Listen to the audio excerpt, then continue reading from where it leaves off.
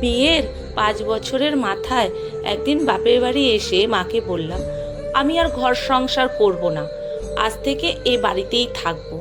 মা শুনে বলল, অসুবিধে কি আছে আর, তোর বাবার এত বড় বাড়ি এমনিতেই তো পড়ে আছে, তা এসেছিস যখন সব জিনিসপত্র গুছিয়ে নিয়ে এসেছিস তো? আমি বললাম, না, কিছুই তো আনিনি। সে কি, এভাবে কেউ খালি হাতে আসে? তা এসেছিস যে জামাই জানে? আমি না বলেই এসেছি। জামাইকে বলে আসবি তো? শাশুড়ি মাটা খারাপ জানে, জামাই তো ভালো, ওকে না বলে চলে আসাটা ঠিক হয়নি তোর। তুই ফিরে যা, বরং জিনিসপত্র সব গুছিয়ে নিয়ে চলে আয়, সেই সঙ্গে জামাইকেও নিয়ে চলে আয়। শাশুড়িকে জব্দ করতে হলে ছেলেকে ঘরে রেখে এলে হবে না। বর ভালো হলে ঘর ছাড়লেও বরকে কখনো ছাড়তে নেই। ঘর বর দুটো ছেড়ে দিলে মেয়েদের জীবনে থেকে তো সংসারটাই চলে যাওয়া যায়। জামাই তোর কথা ফেলতে পারবে না, বরং জামাইকে নিয়ে তুই এ বাড়িতেই থাক। মায়ের কথা শুনে তো আমি অবাক। মা কখনো এই সুরে কথা বলেনি। হঠাৎ এইভাবে কথা বলতে মাকে বললাম, তুমি বলছো এসব? আমি তো বিশ্বাস করতে পারছি না। এতদিন পর তুমি আমার দুঃখটা বুঝতে পারলে মা? যতই হোক তুই আমাদের একমাত্র মেয়ে, শাশুড়ির অত্যাচার কত আর সহ্য করবি বলতো? তোর বাবাও তো চায় তুই বাড়িতে এসে থাক। এক কাজ কর, জামাইকে বুঝিয়ে সুঝিয়ে নিয়ে চলে আয়, তবে তোর শাশুড়ি জব্দ হবে। ঠিক বলেছ, কিন্তু তোমার জামাই তো মানতেই রাজি হয় না। সব কায়দা করে বলবি, দেখবি বরফ গলে জল হয়ে গেছে। মায়ের কথা শুনে আমি সেই দিন শাশুড়ির বাড়িতে ফিরে গেলাম। বুঝলাম মা যে বুদ্ধিটা দিয়েছে ওটা প্রয়োগ করতে হবে। জীবনে কি চেয়েছিলাম আর কি হয়ে গেল সেটাই তখন ভেবেছিলাম। আর বিয়ের জন্য দেখাশুনো শুরু করলো আমার বাবা। তখন মা বলেছিলাম আমি বিয়ে করব না, মা ব্যাচেলার থাকবো। আমার এমন কথা শুনে মা তো হেসে লুটোপুটি বাবাকে ডেকে বলল, তোমার গুণধরী মেয়ের কথা শোনো, বলি কি ব্যাচেলার থাকবে? আর পাগলি মেয়েরা কখনো ব্যাচেলার থাকে? ছেলেরা বিয়ে করলে তাদের ব্যাচেলার বলে। একদিকে বাবা হাসছে, বুঝলাম ব্যাচেলার শব্দটা মেয়েদের জন্য নয়। মাকে জিজ্ঞাসা করেছিলাম, মেয়েরা বিয়ে না করলে তাদের কি বলে? মা বলল, অত জানি না, মেয়েদের একটা সংসার লাগে, মেয়েদের বিয়ে দিতে হয়। বাবা বুঝিয়ে বলল, শোনো মা, বড় হয়েছে, এবার তো বিয়ের কথা ভাবতে হবে। তোর নিজের একটা সংসার হবে, তোর নিজের ঘর হবে। বাবাকে বললাম, নিজের ঘর তো একটাই, বিয়ের পর কি ওখানে নিজের মতন করে থাকতে পারবো? মেয়েরা সব পারে মা, পরকে আপন করার ক্ষমতা আছে মেয়েদের। যদি না পারি, আমার মনের মতো না হলে আমি কিন্তু চলে আসবো আবার। তখন আমাকে জোর করে পাঠাতে পারবে না। বাবা শুনে বলেছিল, বেশ, তোর জন্য এই বাড়ির দরজা মুক্ত রইল। বাবা মায়ের কথা শুনে বুঝেছিলাম মেয়ে বড় হলেও তার বিয়ে দিয়ে হয়, তার একটা সংসার করে দিতে হয়। আমাদের ইচ্ছে ছিল না বিয়ে করে সংসার হতে, নিজেদের বাড়ি ছেড়ে দিয়ে অন্যের বাড়িতে গিয়ে থাকা, অন্যের বাবা মাকে মা বলে ডাকা। কেমন যেন একটা বাধ্য জীবন। আমি এমনিতেই বাবা মায়ের আদুরের মেয়ে, তার ওপর স্বামী ভাবতে ভালোবাসি, আমার উপরে কেউ নজরদারি করবে, কারোর হুকুমে চলতে হবে, এটা ভাবলেও যেন কেমন লাগতো। তারপরেও আমার কপালে বিয়েটা লেখা ছিল। তা না হলে বিয়েটা হয়, অথচ বিয়ের আগে মা বাবা আমি বুঝতে পারিনি। অতগুলো দিনের পর মা যে আমার সমস্যা বুঝতে পারবে। এই যাই হোক, মায়ের কথা শুনে মায়ের মতো শাশুড়ি বাড়িতে ফিরে যেতে শাশুড়ির সাথে তুমুল ঝগড়া। সেদিন ঝগড়ার কারণ পেলে হলো, বর অফিস থেকে ফিরতেই যা ঘটলো তা একটু বাড়িয়ে বললাম। কেঁদে ফেললাম শুনে চুপ করে আছে। চুপ করে থাকতে দেখে বললাম, এ বাড়িতে তোমার মায়ের সাথে ঝগড়া করে কিছুতেই থাকতে পারবো না। ও শুনে বলল, তাহলে উপায়? উপায় আর কি? আমি ভাবছি আমি আর তুমি বাপের বাড়িতে গিয়েই থাকবো, আর ওখান থেকেই তোমার অফিসে যেতে সুবিধে হবে। আমার কথা শুনে আমার বর বলল, ঠিক বলেছ, এত অশান্তির মধ্যে থাকা যায় নাকি? অফিস থেকে ফিরে সেই রোজ রোজ অশান্তি, এ বাড়িতে থাকলে অশান্তি আরও বাড়বে। তুমি ঠিক ডিসিশন নিয়েছো, আমি তোমার সাথে ওখানে গিয়েই থাকবো। অশান্তির থেকে শান্তি ভালো। বুঝলাম ছেলেও মাকে চিনে নিয়েছে। শাশুড়ির সাথে ঝগড়াঝাটি করে পরের দিন বেরিয়ে এলাম। দেখলাম শাশুড়িও বেশ খুশিতেই আছে। নিজের ছেলেও যে বাড়ি থেকে বেরিয়ে যাচ্ছে কোনো আক্ষেপ নেই। মনে মনে ভাবছিলাম মা তো নাকি পাষাণ। পরে ভাবলাম হাতে টাকা আছে তো টাকাই ফুলিয়ে রাখবে। শাশুড়ি শ্বশুরমশাই ভালো চাকরি করতেন, পেনশনের মোটা টাকা হয়তো পাচ্ছেন, তা আর মমতা মায়ের প্রতি ভালোবাসা নেই। নিজের বাড়ির ছেলে বেরিয়ে যাচ্ছে হারে বুঝতে পারছেন। একদিন মায়ের মুখের উপরে কোনো কথা বলেনি, কাজে সে দেখিয়ে দিল। জিনিসপত্র গুছিয়ে নিয়ে এলাম বাপের বাড়ি। মনে মনে ভাবলাম আর শান্তি নেই, এবার থেকে জীবনে শান্তি আর শান্তি। এক সপ্তাহ বেশ ভালোই কাটলো। বাবা বাজার করছে, মাংস থেকে শুরু করে নানান জিনিস নিয়ে আসছে। প্রতিদিন মা জামাইয়ের জন্য ভোরবেলায় উঠে রান্না করে দিচ্ছে, টিফিন বানাচ্ছে। রাতের খাবার যেগুলো খেতে ভালোবাসে সেগুলোই মা নিজের হাতে তৈরি করছে। সকালবেলা যে কোনো 9টায় 10টায় উঠছি, একদম আরাম জীবন। এরকম সুখের জীবন তো চেয়েছিলাম। এই করে আরও 15 দিনের মতো কেটে গেল।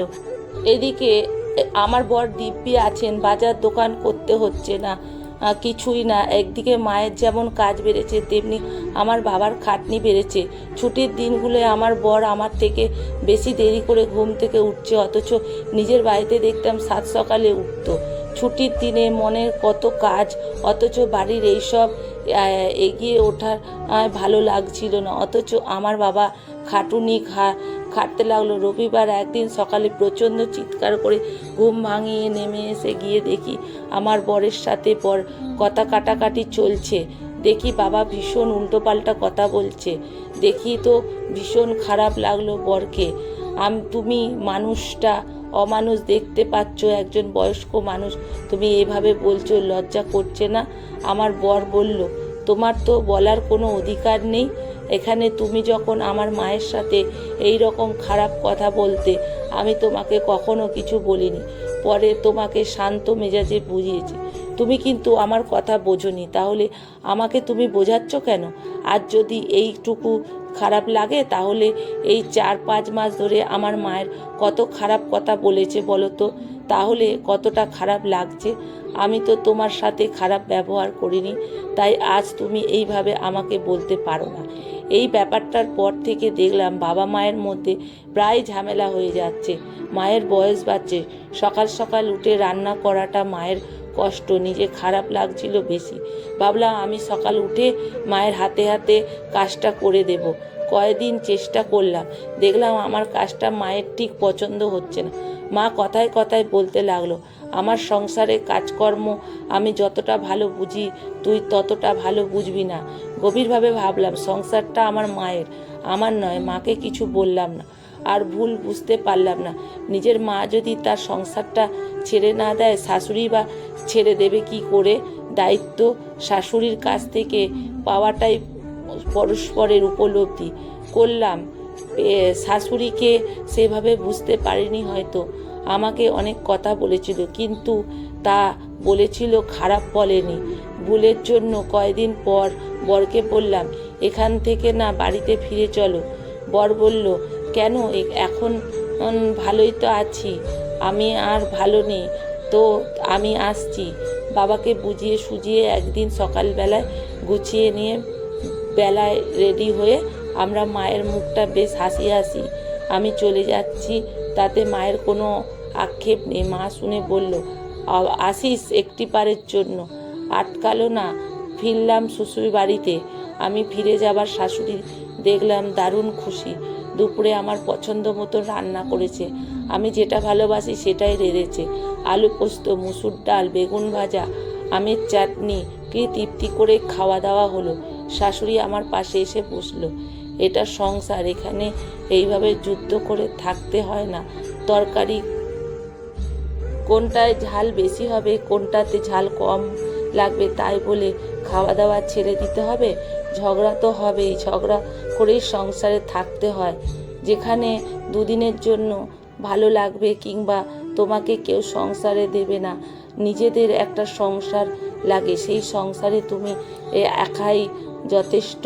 শাশুড়ি থেকে বৌমার পছন্দে মানুষ শাশুড়ি কখনো হয় না। আর শাশুড়ি পছন্দ বৌমা কখনোই হবে না। কম মানুষ আছে, দুজনের পছন্দ একই হবে। কাল থেকে কম বেশি তারপর থেকে সংসার করতাম, ঘাটা বাটি বেশি ঠোকাঠুকি, তা বলে কি সংসার করতে নেই? শাশুড়ির মতন পাখি, চড়ুই পাখি হতে লাগলাম। সংসারে ভালো মন্দ মিলিয়ে জীবন। তারপর থেকে বছর কেটে গেল। 30 বছর কাটিয়ে ফেলেছিলাম। নিজে একটা সংসার হয়েছে, শাশুড়ির সাথে ঝগড়া করেছি, হয়তো 2 দিন কথা বলিনি। 5 বছর হলো শাশুড়ি নেই। ভীষণ মিস করছি। শাশুড়ি নামক প্রতিদ্বন্দ্বী আজ খেলার মাঠ পুরো ফাঁকা। ভালো লাগছে না ফাঁকা মাঠে গোল দিতে। ফুটবলের মতো সংসার হলো বড় মাঠ, প্রতিদ্বন্দ্বী নয়। অত বড় বিরাট খেলেছি, জমছে না, কারণ জমানো মানুষটাই তো নেই। মানুষ ঝগড়া করত, শাসন করত, চণ্ডী মূর্তি ধারণ করত, কিন্তু তার মধ্যেও ভালোবাসা ছিল।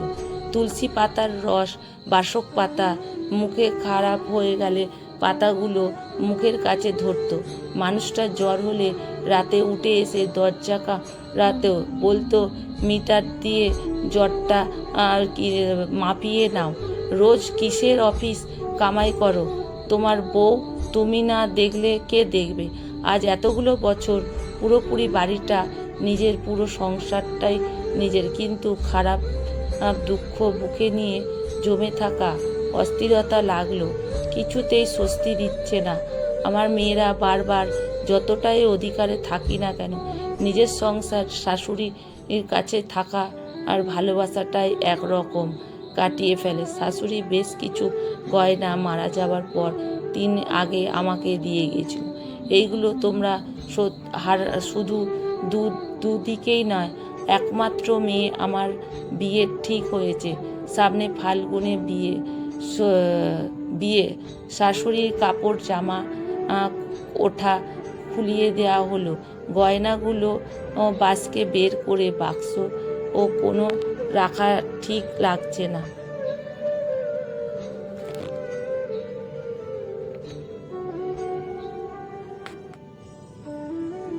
প্রিয় দিদি, মেয়ে আমার বাড়ির পৌঁছায় কথা মতন শুরু করে দিল। মাসের মধ্যে বাড়িতে পাঠিয়ে দেওয়ার পর বুঝতেই পারছিলাম না মেয়ে আমার উড়নচণ্ডী। মেয়েকে নিয়ে চিন্তার শেষ নেই। তোমার কথা মতোই আমি ওকে বলেছি, ওই বাড়ি ছেড়ে চলে এসে একদমই ভালো করিসনি। ভয় নেই, ওই মেয়ে কি সংসার করবে? তবে তুমি যখন আছো চিন্তা নেই। শ্বশুর বাড়িটা মেয়েদের বড় সম্মানের জায়গা। আমি চাই নিজের সংসার হোক, আর যাই হোক, বাপের বাড়ির মেয়েদের চিরজীবন থাকে না। মেয়েদের সংসারটা কিন্তু ওখানেই। মনে পড়ে যাচ্ছে সেই 30 বছর আগে মায়ের কথাগুলো। মা যখন বলেছিল সব ছেড়ে চলে আসতে, ওই কথাগুলোর মধ্যে নিপুণ কৌশল ছিল। আমি সেদিন ধরতে পারিনি আমার নিপুণতা। ভেবেছিলাম যে আমাকে প্রয়োজনে ধরা দেবে। শ্বশুর বাড়ি থেকে যখন চলে এসেছি তখন শাশুড়ি মাকে দেখেছিলাম মুচকি হাসতে। শাশুড়ির বাড়ি থেকে বাপের বাড়ি ফিরছিলাম, মায়ের মুখে হাসি পড়তে বুঝেছিলাম যে কারণটা। মায়েদের বুদ্ধি কাছে কারুর বুদ্ধি খাপ খায় না। কৌশল করলে এই সময় সংসারটা হাতে আমায় দিয়ে গিয়েছিল।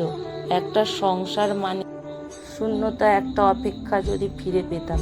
কলমে সরজিৎ ঘোষ, পাঠে অনিতা ভট্টাচার্য।